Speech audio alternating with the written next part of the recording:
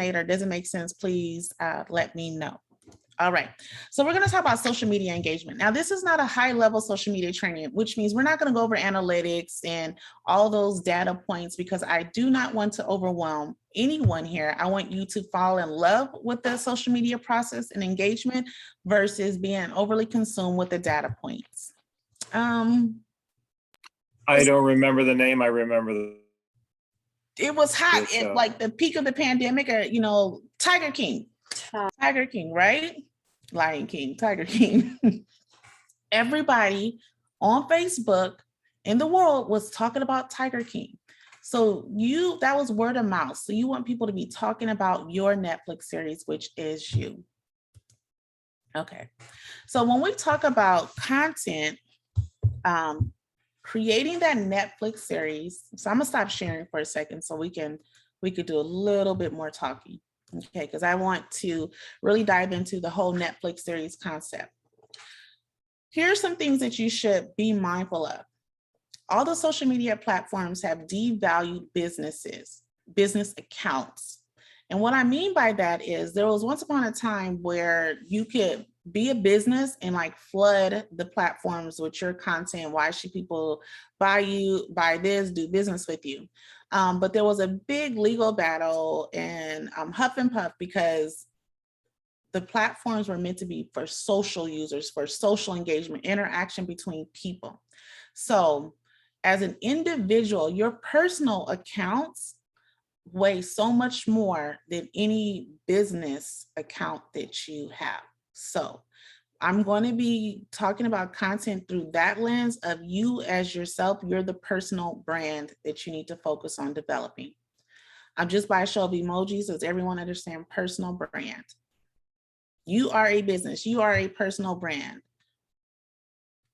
People want to hang out with you. That's why you have the friends that you have on Facebook, the followers you have on Instagram, because they like you. So you're about to have your own reality show on Netflix, right? I know, right? It's kind of scary. So just know, so I don't want to hear anyone saying, well, I'm not that cool. You're probably not getting a lot of engagement on that content. Because I've looked at some of the content. It's not very engaging. So we're going to talk about, remember, you are an individual person. We're going to talk about you as a personal brand, how you can share with the world how great Toastmasters is in a more authentic and organic manner that engages your audience.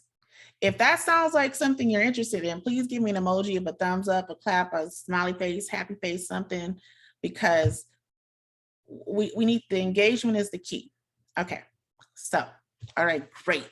So listen very closely. You heard the disclaimer. So what I'm going to say is not necessarily associated with using Toastmaster branding.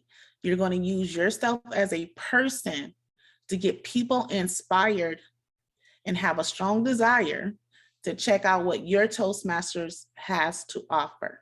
Yeah? Okay. So let me get back to sharing this. Okay. Here are 5 pillars. I'm trying to move my screen so I can see better. Here are 5 content buckets, content themes, types of content you should create to build a personal relationship with your audience. Build a relationship, build a rapport, connect with them. You know how we say, oh my gosh, Toastmasters is so great, you should come check it out, right? We say that. What you should be doing is show them, don't tell them. Show them behind the scenes of getting ready for a Toastmasters meeting. Show them what the process looks like. Don't tell them. We could say a lot of things. So this is where video content is super important.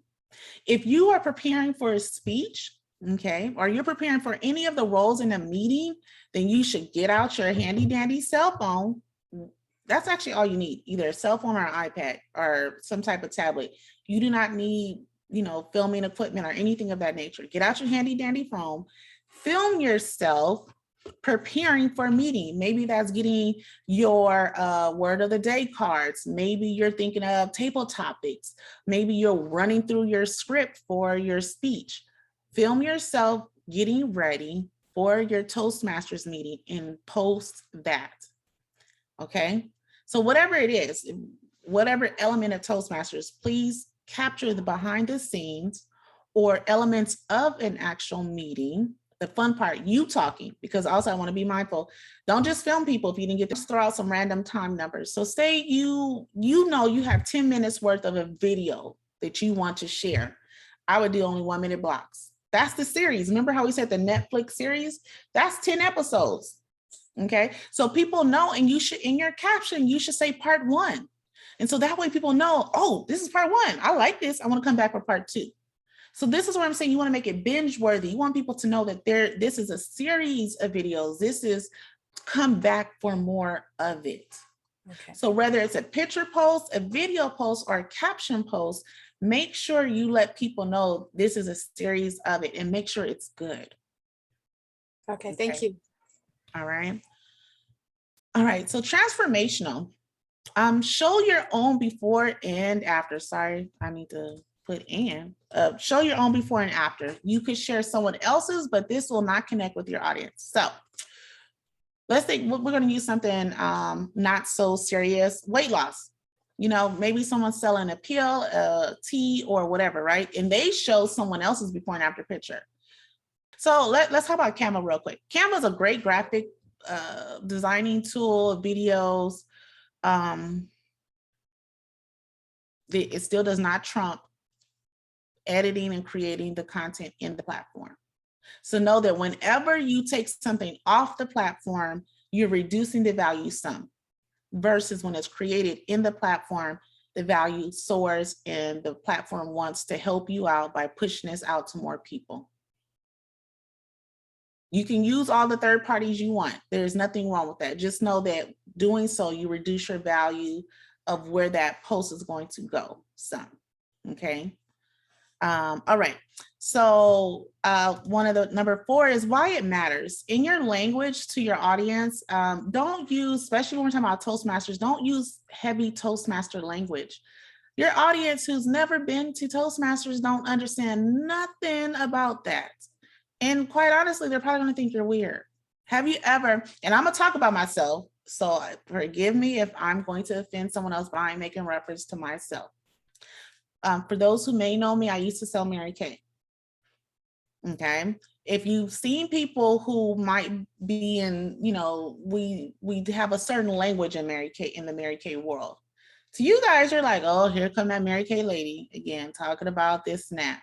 But if I'm talking about how to look 10 years younger, how to add moisture back into your skin, you're going to start listening to me versus me using the Mary Kay language.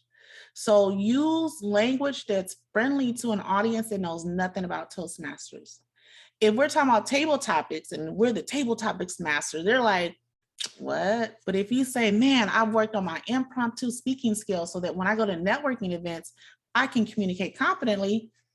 What? Now people are listening to what you have to say. You see the difference?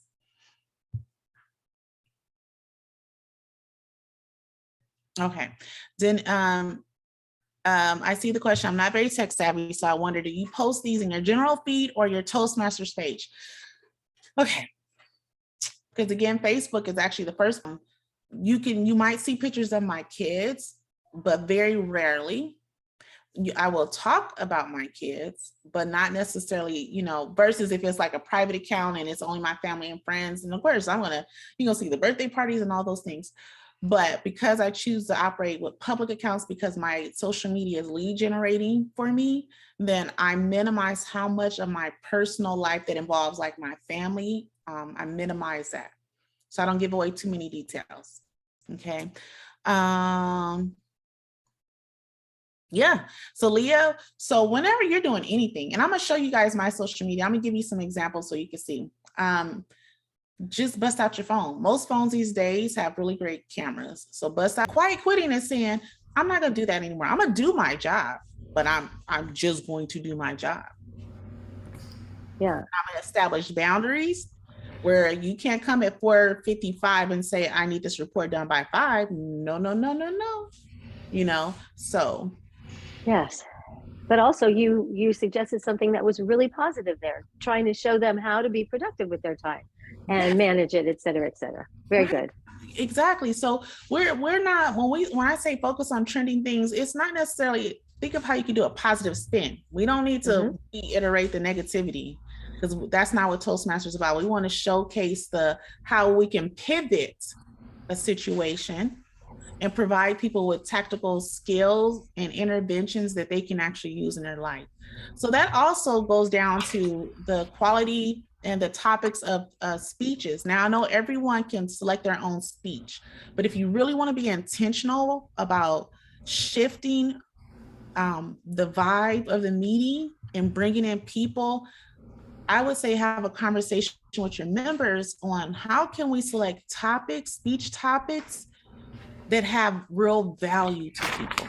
If people would want to hear a masterclass on how to use yoga successfully in your work life, how to, like sometimes, at least, and it's been a minute since I've been to a meeting, but sometimes the speech topics were like very niche and focused, and it's like, but that's not the audience. But when we're speaking from a membership perspective, you got to speak to a greater audience and not what you're just good at and what you want to talk about. I love that's perfect for an educational moment. Just what you just said, telling people, your speech, and we should have a theme of positivity.